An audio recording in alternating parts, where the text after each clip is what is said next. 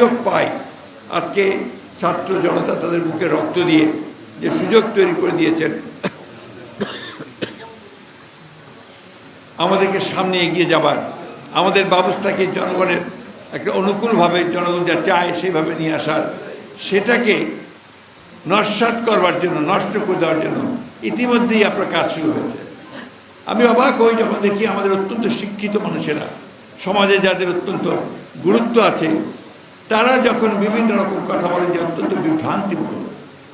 যারা দায়িত্ব পেয়েছেন, এই সরকার যাদেরকে দায়িত্ব দিয়েছেন, তাদের মধ্যেই অনেকে যখন বলেন যে নতুন দল তৈরি করতে হবে, তখন বিস্মিত না হয়ে পড়া যায় না।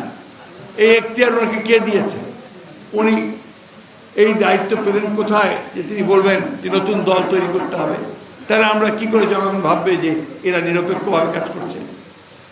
দ্বিতীয়ত দেখবেন, বেশ কিছু সংগঠন, বেশ কিছু গোষ্ঠী তারা ইতিমধ্যে কাজ শুরু করেছেন যে এই অন্তর্বর্তীকালীন সরকারকে অনির্দিষ্টকালের জন্য রাখা হবে।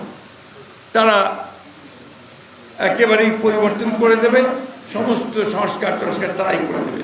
তাহলে জনগণের তো দরকার নেই, পার্লামেন্টের দরকার নেই। আপনি দেখুন, আজকে আমি পত্রিকার নাম বলছি না, একটি পত্রিকায় দিয়েছে একটা জরিপের বরাত দিয়ে। এই জরিপ কারা করেছে আমি ঠিক বলতে পারবো না, নাম দিয়েছে ব্র্যাক ইনস্টিটিউট। আমি জানি না তারা কীভাবে জরিপটা করেছে।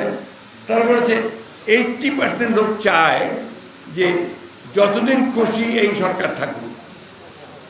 এটা আমি জানি না তারা এই কথাগুলো কোথেকে পেলো, কীভাবে পেলো, কিন্তু জনগণ এটা কোনোদিনই মেনে নেবে না।